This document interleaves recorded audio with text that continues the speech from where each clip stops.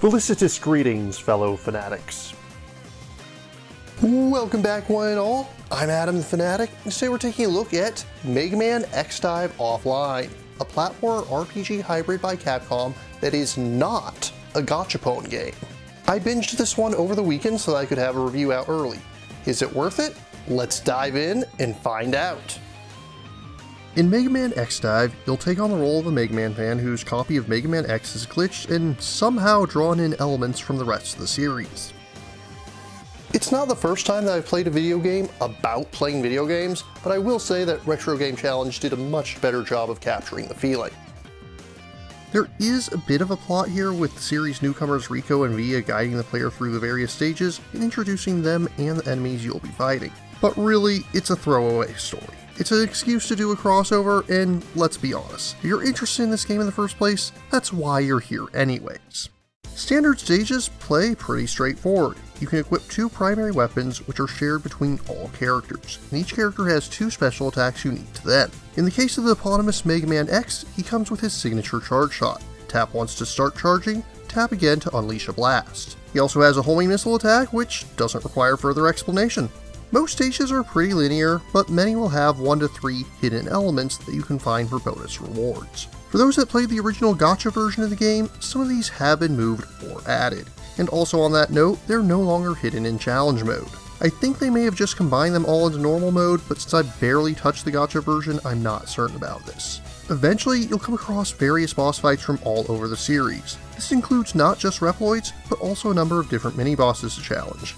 They all play fairly similarly to how you remember them, though not identically, though I do really love the fact that you still get to use the ride armor against Magma Dragoon. And on that note, there are a lot of little throwbacks in the stages, and it soon becomes clear that while the X games are the focus here, wait, what? No, not those X games.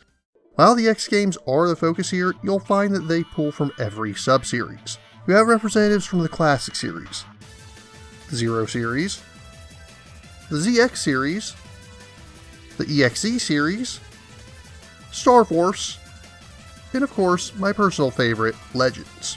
I spent most of my early time with the game playing with 4 characters. My first priority was to unlock the Legends cast, which meant I spent a lot of time playing as Rock Volnut, Tron Bonne, and Roll Casket.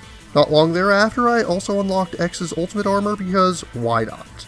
There are over 100 different playable characters here, although it should be noted that many of them are variants of the same character. For example, there's over a dozen different versions of X. While he is the most egregious example, he's certainly not the only one. That being said, different versions of the characters do still play differently from one another at least. But that does bring us to the big question: if the gachapon elements have been removed, how do you unlock new characters, weapons, etc.? And the answer is pretty simple. You have 3 types of currency in the game: Zenny, rare medals, and event tickets. Everything in the shop can be purchased with one of these 3, and they're all infinitely farmable. Aside from characters and weapons, you'll also be able to purchase upgrade armor, chips, and cards. Armor just gives a simple boost to your stats, and it's pretty easy to grind for now that you can replay the stage for such as often as you like. Each of your standard weapons can be equipped with a chip, which gives it a unique boost. Cards give you simple stat boosts, but some also have secondary abilities that can be activated by equipping a specific combo of card types. Also, some will have abilities that are tied to a specific character. You can also equip 2 dive triggers. These are super attacks that you can only use once each per stage, and for some reason or another, you can't use them at all in challenge mode. As with many online games, the original gacha version of X-Dive had a number of limited time events. These would include unique levels, unlockable characters with special outfits to match the theme, and of course, they were notorious for preying on FOMO. Luckily, you don't have to worry about any of that here. Every event is now infinitely replayable. Although each still has a date that it's assigned to be active by default, you can also select an event to cheat the timestamp and just play it whenever you want. I've only played a couple so far, but I'm actually quite impressed by what I've seen. The stages are very unique, and it mixes elements together in a clever way. And if the rest of the event stages feel this unique, I'll be very happy with them. That being said, you don't unlock them until you reach level 60, and even at levels 90 and 100, they were still fairly challenging, so don't be expecting to do these right out of the gate.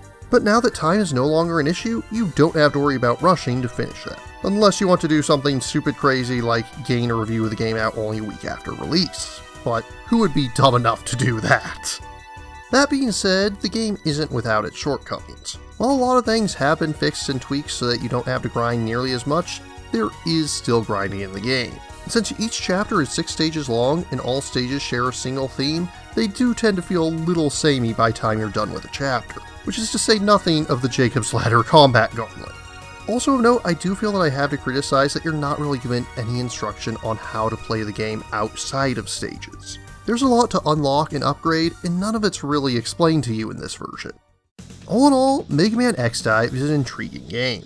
As of the time of writing, I've played through the first 13 chapters of story mode, the first 7 on challenge mode, and did a fair bit of side content as well. There's a lot in here. I don't know how long it'll take to unlock everything, but I don't imagine I'll be hitting it anytime soon. Maxing a character is kind of expensive, but as the game goes on, you do get better options for farming, so I imagine it will become a good bit easier as I go deeper into the title. It really is a fun nostalgia fest, though it's certainly not without its shortcomings. It's very frustrating in a platformer to see your shot go through an enemy and see they dodged it because of RNG. And I do feel that some of the swimsuit characters really do hurt the integrity of what, up to this point, has always been a PG series at its most severe. I literally went back and looked at every single release in the series, and not a single one of them got a T rating on their original release. Besides that, even with the other costumes, do we really need something like Zero in a festival yukata? They have literally hundreds of Reploids, Robot Masters, and Net Navis they could have chosen from. I'd much rather have seen more of those appear than super deformed Mega Man X.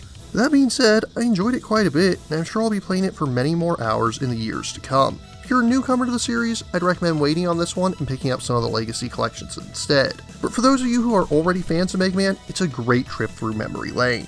In conclusion, I find Mega Man X-Dive Offline to be worthy of a respectable 8.1 out of 10. Mega Man X-Dive Offline is currently available for PC via Steam, as well as for Android and iOS devices. If you're interested in purchasing or learning more, links are included in the description. But what about you? What do you think of Mega Man X-Dive Offline? What games do you wish would be de-gachafied? If you have any questions, remarks, or opposing points of view, leave them in the comments down below. And don't forget to like, share, subscribe, and ring that bell. If you really enjoy my work, please consider funding my channel on Patreon. Until next time, farewell, fellow fanatics.